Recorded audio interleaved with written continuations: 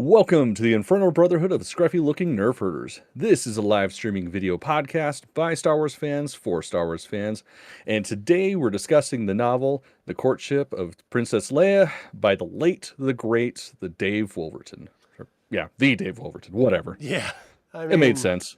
This is such a good novel. It's so frustrating. And I get sick of fucking saying this, but it's so true. Like, where did Disney go wrong? Like, they had these people, and then they just went, eh. It's And it's especially frustrating because this guy, like, single-handedly did one of the greatest Star Wars novels, and then never did another Star Wars novel. Like, he did a couple Scholastic books, but never a full-length, like, actual novel. That's a fucking shame. And he was the one that introduced not only the Happens, but the fucking Witches of Dathomir. Yeah. I mean, like, he made that shit up. Yeah. And it's insane. And can we just talk about the wonderful Drew Struzan? Like, look at this shit. Yeah. Like, this is first edition hardcover. This thing is just fucking beautiful, man. Like, God, that guy was just a fucking mensch.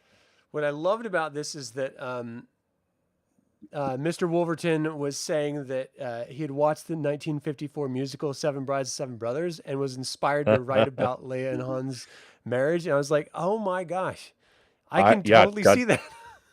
Yep, that is just glaringly obvious now.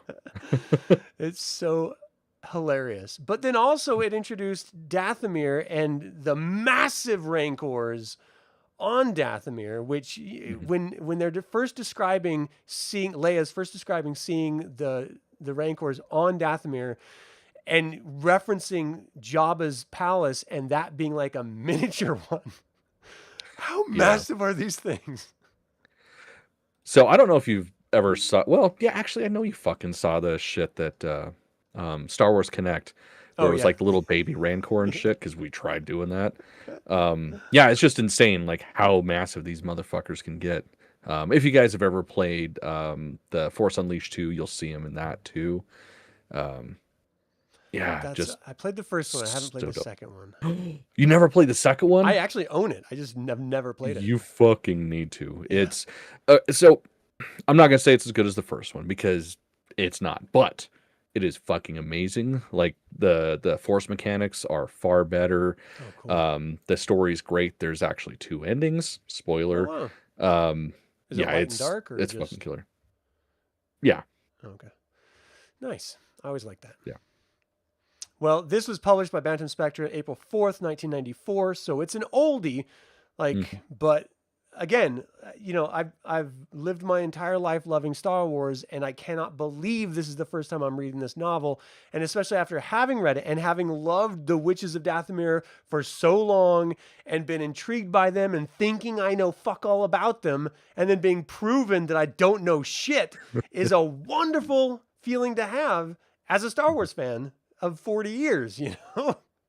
Oh yeah. I mean, it's just amazing. Yeah, this isn't my first read. Like it's been at least 10 years or so since I've read it, but just it was like almost reading it all over again and being reintroduced into like Happen culture and stuff. Just sparked my desire to reread the Fate of the Jedi series again, because it's just like just so much lore and so much fun. Yeah, that's the problem that we're going to have to come to terms with. Do we skip to the kick-ass novels, or do we continue on release date? Because no, definitely release date. Because here's the thing. Like, we reviewed The Acolyte. We reviewed, what was it, Resistance? I can't think of a single book that I've read thus far, including like the children's books, that were anywhere near as bad as those. So I feel like we should do it. All right. I'm game. I'm game. I definitely want to get to that late period of the EU though. I mean, it's going to be years at this rate, but like I love that storytelling so much, and seeing Luke and Ben going off on their own adventures and what happens with the Solo children, and like it just gets to be so good.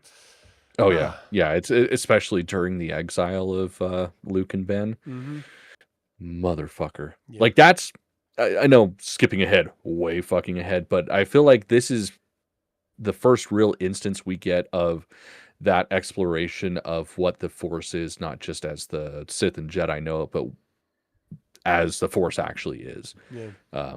When Luke gets almost taken out, and it's just like, motherfucker. I want to go back to Fate of the Jedi. Yeah. So bad. Well, I mean, well, let's just get there in time here. Yeah. So Yeah. we start with Han Solo returning to Coruscant, finally getting to see his girl again, and he basically walks into a fucking marriage proposal to his girl. Yeah. Which is like, what? Yeah, it was extremely elaborate. Like, there's just a fucking huge presence of Happens just throwing shit at Leia. And then he's the greatest gift of them all. And it's like, yeah, fuck you, kid. Like, everyone makes such a big deal about how gorgeous this man is. And in my head, I'm like, what is this guy supposed to look like? Like, if we could have like an actor portray him, who do you think would be the actor that all these women are just like fawning over? I forget his name off the top of my head, but the guy that's playing Lestat in the current Interview with the Vampire. Right.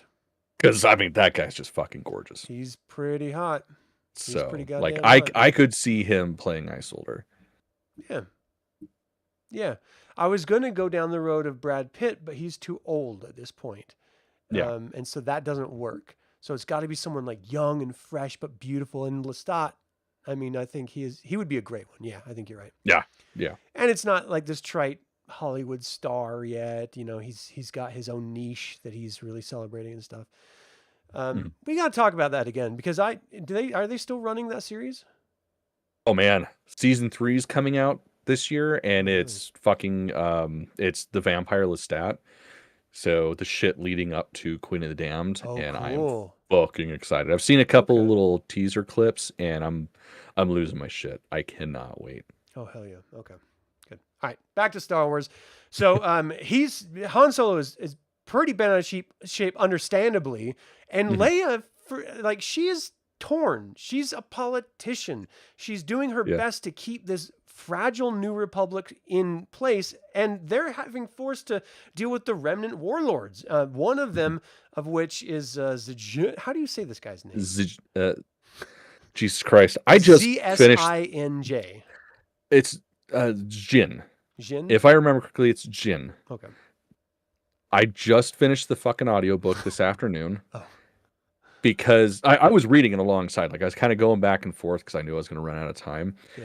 And yeah, even hearing it multiple fucking times, it's still just like, I'm not going to be able to say that name. I am a dumb American. It's rough. I was just like, all right, which consonant is silent? There's too many. Yeah. Right. I can fake it usually, but that one was pretty rough for me. I love the Happen culture. It's all a matriarchy, but it's also like a corrupt matriarchy. I feel like whenever we sort of change the dynamic into being a matriarchy with some cultures, we tend to take like that magnanimous view of, well, women are smarter and they'll always do things in the right way. And no, they're humans too. They're just as able to be corrupt, just like everyone else. So I like that was a realistic approach, in my opinion, of the Happen culture. Well, especially given the fact that they're a culture that were essentially, well, not essentially, they were created by pirates. Yeah. Like, of course, they're going to be a little on the, spicy side. I like that. Well, I enjoyed the culture that's presented, and I really, really liked the dynamic and the difficulty that Leia initially had throughout the entire fucking novel. Yeah, I was like, of her slowly slipping into, do I really love Han Solo? I mean, this guy is fucking amazing. And they're going to give us a bunch of war machines in order to deal with this warlord imperial threat. I mean, we need them. And I just have to bite the bullet and maybe a big cock in order to make it all happen. And I'm kind of game. Well, and the hardest part for her too is not just the pressure from the New Republic, but also from the Alderaan or Alderaanian consulate. Yeah. Like, they are all like, "Come on, motherfucker! If you become if you marry him, you become the Queen Mother when the Queen Mother dies. And then guess what? We can inhabit one of the fucking planets in the Hapes cluster. And then we have our new Alderaan. So they're all fucking really biting in the bit. Like, come on, just fucking take him. He's gorgeous. Take him. Hell yeah. Hey, Chris, thanks for tuning in. He's asking, is the audio of a decent voice actor? Dude. Okay, so I actually did want to bring that up. There are two versions of it. There's the one, so it looks like that image on the screen right now. That is the one to get because that is the full, I think it's like 13 hours. As much as I hate Disney and everything they've done, I will say ever since they took over, the audiobook production has like just really fucking ramped up. So this has full sound effects, score, like it's just one narrator, but she's fucking amazing. Cool. If you get the other one, it's a severely abridged version, which is only like 3 hours. So if you go with the audiobook, definitely pay attention to which one you're going with. Like I said, I finished it this afternoon. I started it as soon as I finished it because I fucking absolutely thought it was great. And I want to hear it in its entirety versus, I read half the book and I listened to about half the book. So yeah, Chris, lots of pew-pews. So definitely worth it. I've always loved Star Wars audiobooks. Like that's how I was reading the Fate of the Jedi books, was through the audio, and they're just gold. So yeah, that's probably how I'd have to redo them because I read them as they came out, like in the hardcover. But yeah, it's just something so magical about full production. It's just great. Hell yeah. So Han, in his severe jealousy, turns to C-3PO of all fucking places. And he's like asking C-3PO he asks him to like tell Leia that she needs to be with him. And he's like, well, I could create this poem for you.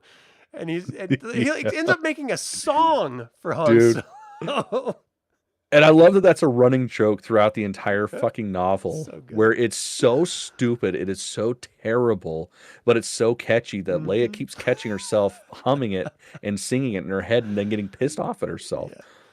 It reminds me of that Seinfeld episode, the Costanza little tagline thing. He like leaks into girls' heads, and then they just fall in love with him because they can't get the jingle out of their head of Costanza. So that just totally like by Menon. So anyway, I love the fact that C-3PO does this. I laughed at so many places in this book that expected you to laugh because they're genuinely funny. I mean, this had me like getting misty-eyed and actively almost fucking crying at points. It had me like cheering and giggling and laughing out loud. I mean, it was a really enjoyable read. I haven't read a book like this that like evoked this many different types of emotions since like Stephen King recently. I mean, yeah, I feel you there. Like, yeah, I think the last thing I read that did this kind of thing to me was probably King's Sorrow by Joe Hill. Oh, nice. Which that one, fucking killer. I haven't read that one. I haven't read anything of his actually. Oh, yeah. All right, I'm gonna change that. I got some novels to borrow you then. Oh, nice. Yeah, he's fucking great. Yeah, no, it hit just every note that a good, well-rounded novel should. Yeah. And I mean, it's not a small tome. It's like 327 pages, if I remember correctly. Yeah. So there's plenty of room to play around with it. And yeah, he absolutely did. Oh, 100%. So he ends up having Han Solo go into this sort of seedy, high-stakes game of sabacc where he ends up winning a world, and the world is fucking Dathomir. Well, the best part is, I don't, like, I'm trying to remember. I thought he lost because it talks about Chewbacca keeping some of the money set aside so that they could get the Millennium Falcon out of Hawk, because that's how he bought into it. So my understanding of it, and I could be completely fucking wrong, was that while he won most of the games, he ended up just being like, hey, person that has this planet, I will just give you all these winnings for said planet. Oh, that's not how I read it.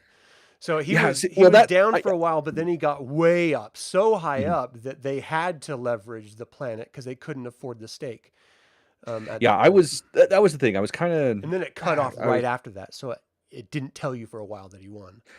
yeah, that was the thing I was confused about because it's like, why would well, never mind. Okay, as I'm saying it out loud now, I understand. But yeah, because his whole thing is like he's jealous of Isolder because of course Isolder has the entire Happen cluster at his disposal, Mm-hmm. and that's what he can give to Leia. And his concern is, like, what the fuck do I have to offer her? I'm just a fucking smuggler with nothing. So Yeah. it's like, oh yeah, let me just win everything so I can buy them a planet, and then he just wins a planet. So he's like, oh, well, this can be the new Alderaan. So he takes that back to Leia and he's like, "Look, I have got you a planet. Now you can love me." And she's Yep. just like, "That's not what this is about, you idiot." And he is just that articulate. That's the best Yeah. part of it. He's trying to do anything he can because he sees the love of his life slipping away to this younger, just another scoundrel as he sees him, which Mhm. is really fair. But a better looking younger version of him with infinitely more influence and power. And Yeah. that's when C-3PO drops a bomb that I would like drop the book. I was like, wait, what? Yeah. Where he's like, oh yeah, Han Solo is a king. His dad was a king. He comes from a long line of kings of Corellia. I was like, wait, what? Record scratch? Like, no, he wasn't. Yeah. What the I fuck? completely fucking forgot about that part of it. So yeah, same way when I read that, I was like, damn. Totally fucking threw me for a loop. I was like, geez, these stories are really going off the rails.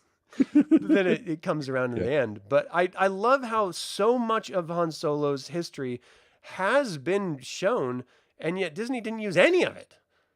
Like, it just drives Yeah. me nuts. Yeah. It's so Even though I enjoyed Solo, fucking I weird. just hated how he got his name in Mhm. Solo. Yeah, that was so fucking dumb. But so ultimately Leia's just like, no, I need some space from you. And I think it's good. I'm going to go take a tour of these other worlds and stuff and try to, I need to go work on this political situation. You just stay here or do whatever the hell you're going to do, Han Solo. And I am going to go off and do my damn job.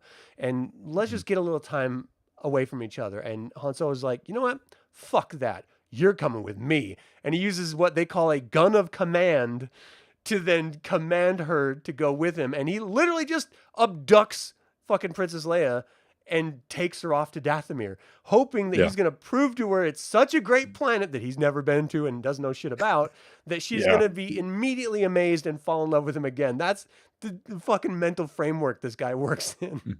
Yeah, like I mean, he just prior to him going and kidnapping her is when he finally found out where it was because all the shit that he was told about the planet was completely fucking wrong. Yeah. So when he actually looks it up, he's like, fuck, it's still a planet, I guess. It's funny because Leia's the one that points it out to him too. She's like, "That's not even where it is. It's over here." And he's like, "Oh shit."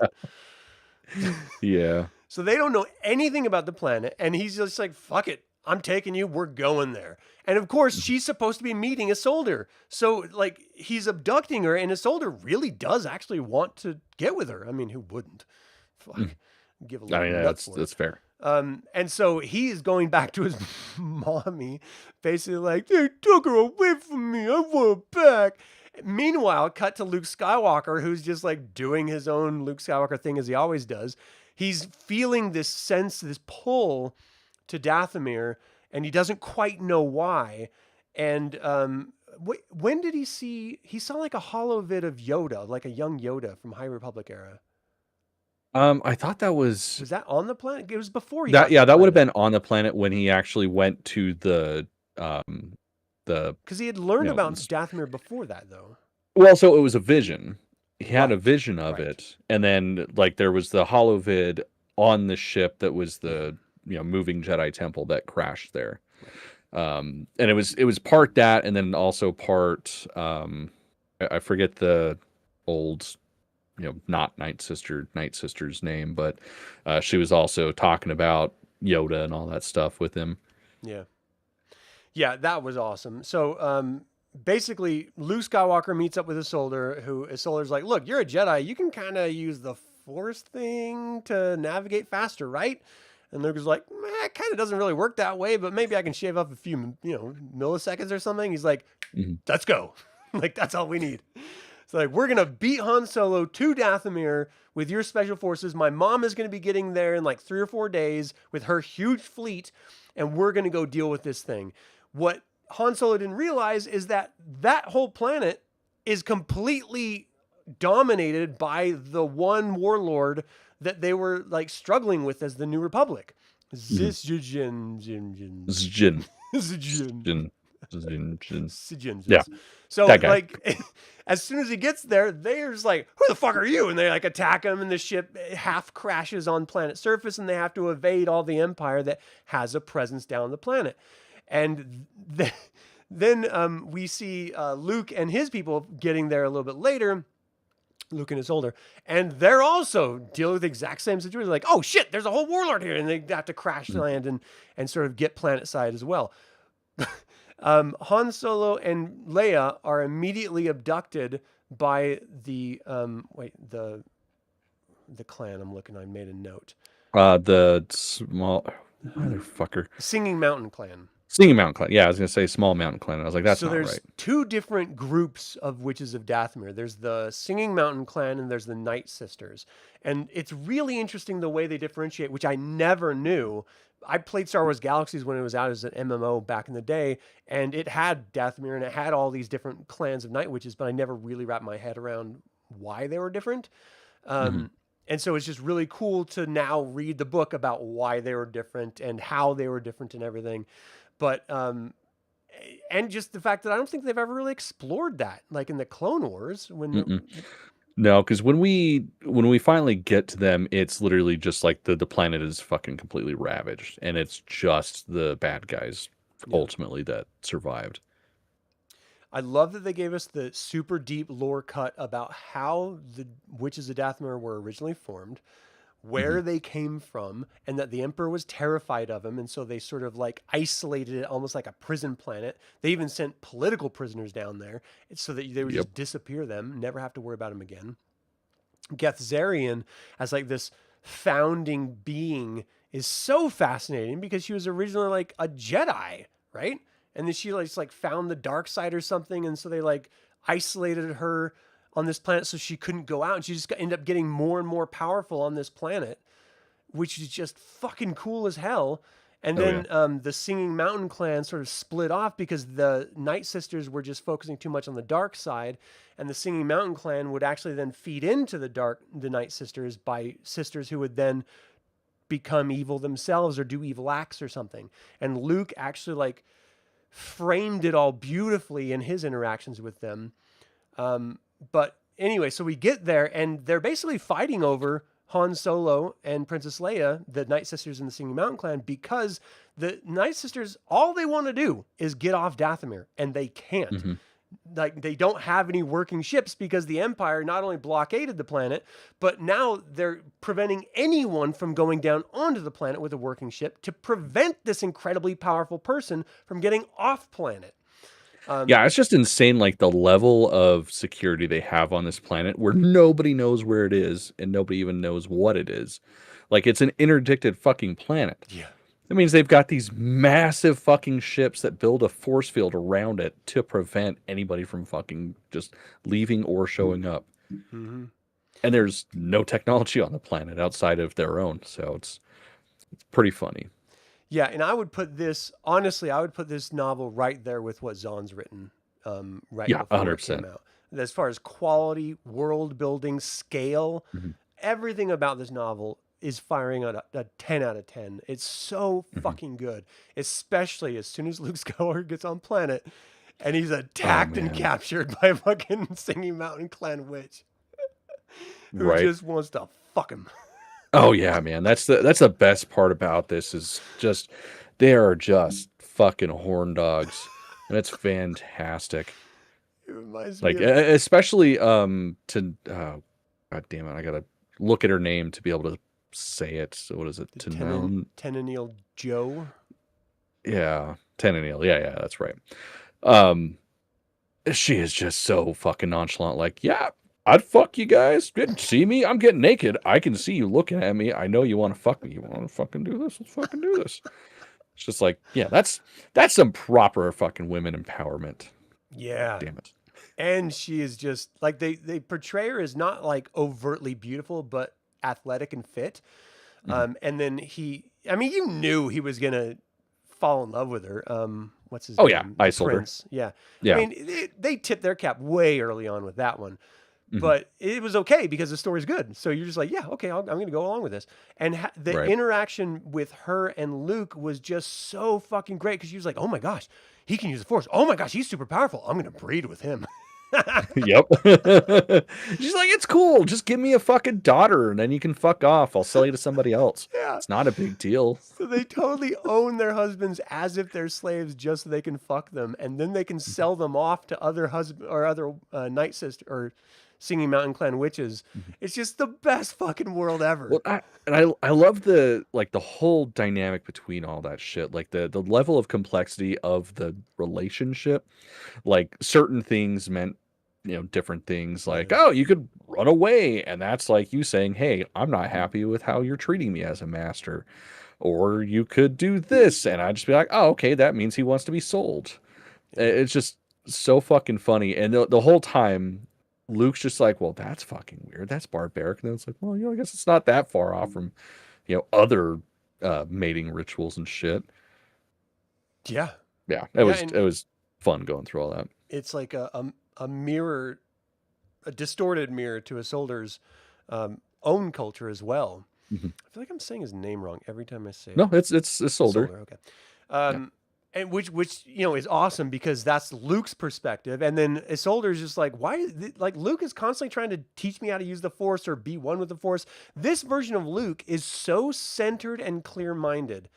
It's just a wonderful way of focusing on the character. Usually he's like troubled or he's got a little anxiety or he's unsure of himself. Not this Luke. Like he has his moments, but for the most part, he is very clear of the direction he's going in and what he expects out of the Force. And it's so refreshing to see an empowered Luke after so many terrible stories being told in the recent past about him. And it's just going back to the version of the character that I desperately loved, growing up. Yeah, definitely. It's so great. So ultimately, we're getting Rancor battles, which is fucking awesome. We've got the Night Sisters rising up against the Singing Mountain Clan so that they can get a hold of the Millennium Falcon and get the fuck out of the planet. And the head Night Sisters actually leveraged the foolish Imperials that were stuck on the planet and totally controlling them. And she's trying to barter Han Solo with Zijigir, the fucking warlord, in order to swap. Like, we'll give you Han Solo if you give us a ship. And he's like, I don't know if I can do that, but I do want Han Solo because Han Solo, like, mocked him once. I mean, to be fair, that was pretty mean. Like, that was, like, full-blown... Yeah. And, it's understandable. He's going to destroy his ship and then stick his tongue out. Like, that clearly means he should be murdered. And I love the thought process, too, of Warlord Jin. Just like, okay, well, you know what? You bring him to me. I'm going to send 2 ships. One that's fully like armamented. It's that's my ship. Ignore that one. But there's going to be a second one with nothing on it. That's for you guys to leave. And then he's like, yeah, obviously nothing's bad's going to happen. And then she just wipes out literally all the Imperials, like just dead, just like, and they're gone. So fucking funny. What I really liked about this was that they set it up that the Emperor himself was afraid of this woman. And so he had to completely isolate her on the planet. Like he didn't go there anymore because of her. And so it would have been easy for them to be like, but Luke goes in and whips her ass. But Luke almost fucking dies. Yeah. Like he's saved by the Force, I think. Yeah, that is the most beautiful moment, too, in this book. Like, I mean, there's a lot of beautiful moments, but this is just, like, this, like I was saying earlier, kind of reminds me of a lot of the experiences in the Fate of the Jedi series, where he's experiencing different aspects of the Force, but, he's fighting some Night Sisters, and then just jumps off a fucking cliff. Yeah. and apparently splats. And as his life force is leaving his body, there's no fear, there's no pain. It's just everything's starting to lighten up. He's starting to feel better about everything. And then it's almost like, I don't know, kind of like a slow motion-y type thing where he sees different aspects of the planet that he hadn't considered. Like, oh, here's this tree. And it's like, hey, Holmes, I got some life for you. And then there's a worm, and then there's a rat, and just other shit. And like all together, the planet is like, hey man, you're not doing great, but yeah, we believe in you. So have a little bit of this. Yeah. And then ultimately that's how it comes back. And then he's like, holy shit, I know the Force. It's like almost like Neo, like, I know karate. Like that was that moment, but not stupid. I liked that in the Matrix. I fucking liked it. I love that series. Like, yes, the rest of them are a little wonky, but I like the Wachowskis. So, but it was very, very cool. Like, because we didn't get back to Luke for a while, and so I really was like, oh fuck, what the fuck? He's not dead. What the fuck? Like they just beat up my favorite character and left him for a while too. And then we're dealing with, Han Solo's hurt, and I mean everyone's basically hurt, and they're like, well, we have to find Luke, and basically the witch, the Night Sister, reaches out to Han, and she's like, I'm going to start murdering people unless you turn yourself over to me, and she kills someone right there, and he's just like, oh fuck, yeah, wipes out 50 motherfuckers in the prison, which again was mentioned. It's just it's a prison planet. For people that they can't kill, but they don't want anybody to see ever again. So it's all just political fucking prisoners. And she just wipes out 50 of them. And she's like, I know you're actually a good guy, so you got to meet me in an hour. Otherwise, I'm going to be back in your head, and you're going to have to watch me kill 500 people each time I come back to your head until you show up. And like, what would you do? Like, what would I do? I'm a terrible person, so I'd probably just be like, there can't be that many people there. We didn't see 500, so. But if you're like Han Solo, you're not only are you still trying to get your girl back, but you're in this horrible, impossible situation. If she takes you, you'll never be with her again. But at least she has your ship, so she could possibly escape. So if you have to sacrifice yourself and save her and all these people, what do you want your last living moment to be? A hero or a fucking failure? And he chooses the realm of hero, and he just goes to her. And then we get arguably, like in my opinion, the coolest part, because I thought it was Isolder too, when Han is watching the ship come in as he's confronting because he's going there to blow them up. Like he's ready to die. He snuck out a fucking thermal detonator that could level like, an entire ship. So he's like, the whole time he's going, he's calculating, okay, if I get right here, I can kill this person and this person. But if I get here, I can kill these people. And I loved him contemplating his death. Yeah. Like being like, wow, this is kind of weird. I really thought I'd be nervous and have butterflies, but I'm just sort of like, here, I guess. Yeah. Whatever. So, of course, the Night Sister mistress knows what's her name? Damn it. Gethera. So anyway, she knows that he has something because she has the Force as her fucking guide, and she can get into people's heads no problem. And so she foils his attempt at using it, and she hands it off to the Imperial, like, you guys should probably dispose of this in some way. And then in the distance, the Millennium Falcon comes racing in and just capping motherfuckers like a precision doctor. And he's like, no one can fly my ship like that. No, I'm not even that good. That must be Prince Isolder. Damn it. He's really good. Yeah, that shit's so funny. He's so fucking mad about not getting killed. He's like, that son of a bitch. And then it turns out it was Luke who was not only flying, but he was controlling the fucking guns too with the Force. Like, which even Han Solo is like, you only have like maybe 60% of accuracy when flying and gunning at the same time. Like, unless you're actually in the turret, you're not going to be that accurate. And he's literally pinpoint shooting people. Yeah. Just showing how badass Luke is when he's like full health. Yeah, I don't and know he's how not to even say full it. health. Like Yeah. this is 3 hours of a nap. Right. Like he is on death's door. The only reason he's still alive is because literally the Force decided not yet, and he's like, "All right, guys, give me like 3 hours. I need a quick nap."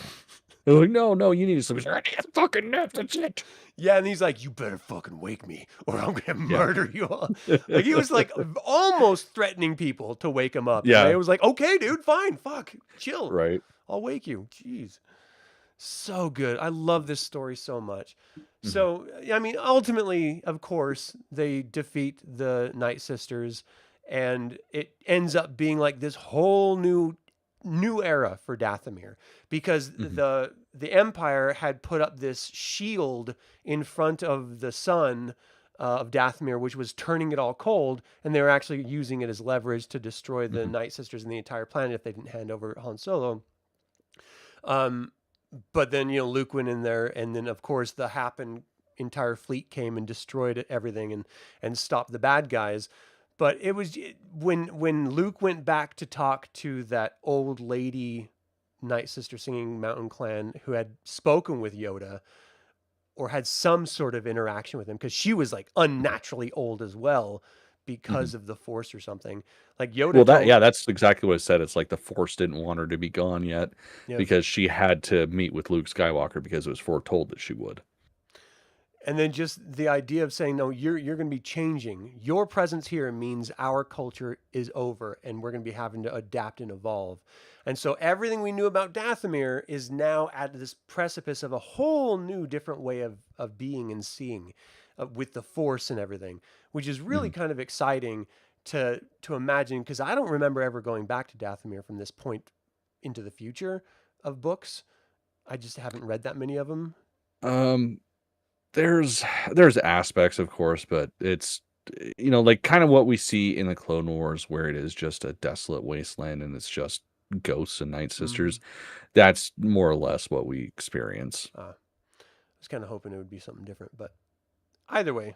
And that's from what I just remember. I could be completely wrong.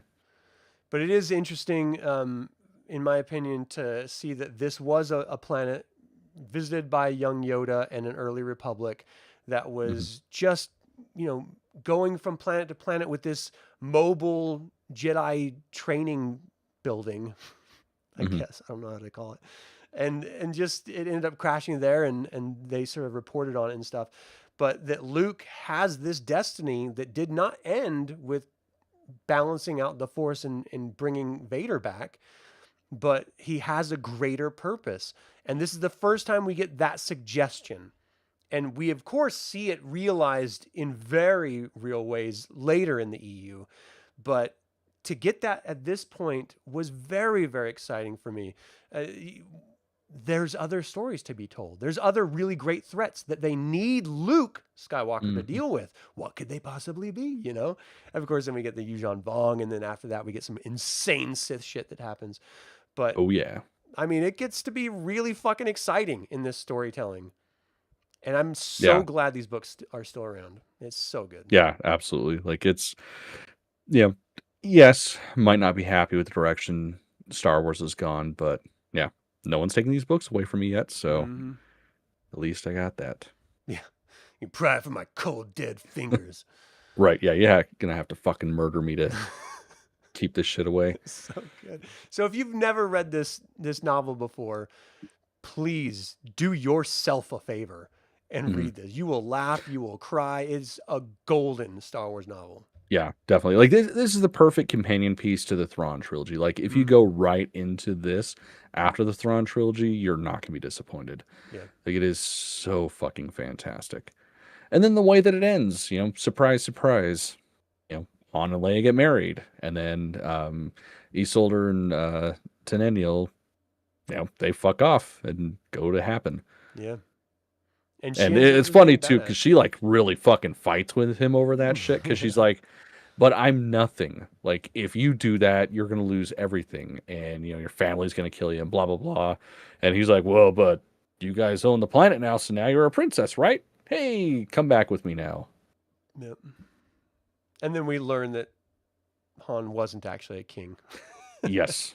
Yeah, it was 100% false, and his grandpa or whatever got arrested because of those false claims. So, So, yeah. what are you gonna do? The scoundrel runs Yeah. deep in his family. Mm. Oh man, what was your favorite part of this novel? Oh my fucking god. So I mean, of course, the battles were fucking fantastic. Mm-hmm. Those were great, but really probably one of the fucking so the three standouts. One, like Chewbacca snatching a fucking arm off of That a was Night Sister awesome. mid-fight, and she doesn't even realize it until she bleeds to death, was amazing. That Um, was one of those I was laughing out loud. yeah, yeah, absolutely. Like I reread that a couple of times because I was giggling. Like it was just so perfect because they were just talking about him. Mm-hmm. And then yeah, Luke's experience, like really, you guys have to like, if nothing else, you have to read this book. Just his experience of dying and the Force saving him was fucking beautiful. Yeah. But above all, my absolute favorite part was fucking C-3PO and Han Solo. Like Han Solo was basically telling him he loves him. Yep. Like there was a whole scene of him being almost blackout drunk, being like, "I fucking love you, man. You know, you're great. You're. I don't like droids, but you're fucking cool." And it's like, damn, I completely forgot about that, and that is fucking hilarious. There's so much good in this novel. Yeah, Yeah, it's just start to finish beautiful. for me, it was definitely the Witches of Dathomir as Mhm. the highlight. I didn't know we were going to Dathomir in this story. I didn't know that this was going to be a Witches of Dathomir story, and I didn't know this is going to be the origins of the Witches of Dathomir. But I love the Mhm. Night Sisters. I love the Singing Mountain Clan. I love the whole culture and the dynamic between Lieutenant Neil and Isolder and Luke. I think it was fantastic all the way across.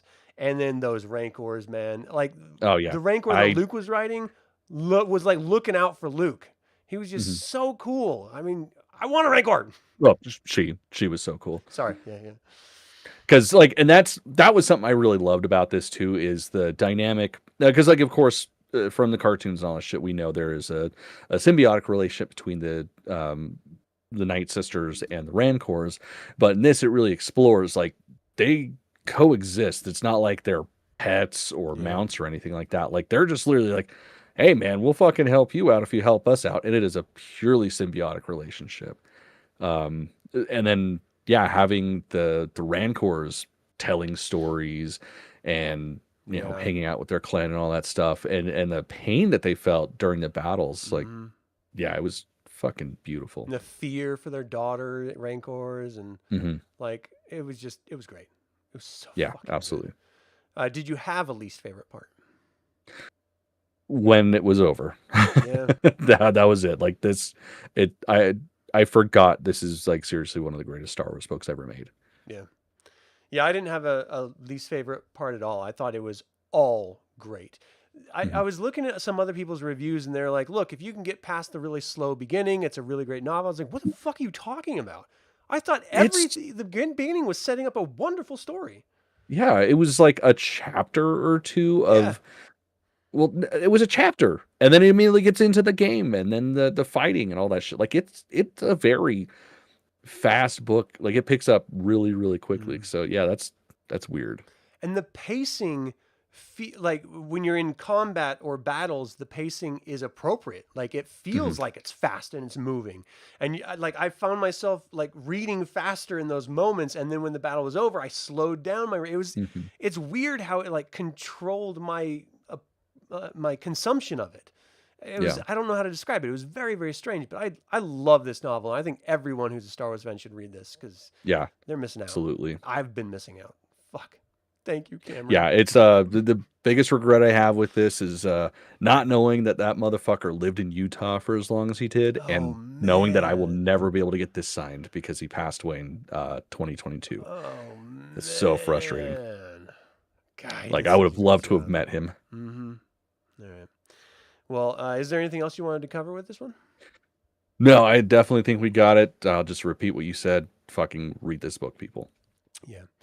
Well, thank you all so very much for tuning in. Don't forget to subscribe to this channel, ring the bell to get notified about our next video, and click the like button. It goes to help other Star Wars fans learn about this channel and its content. You can now become a YouTube member or a Patreon patron, and even pick up our custom designed Star Wars merchandise. Links are in the description below. Thank you to creator patron Aaron Hardy, producer patron Azrael, and developer patrons Chris Androu and Sam Ruiz.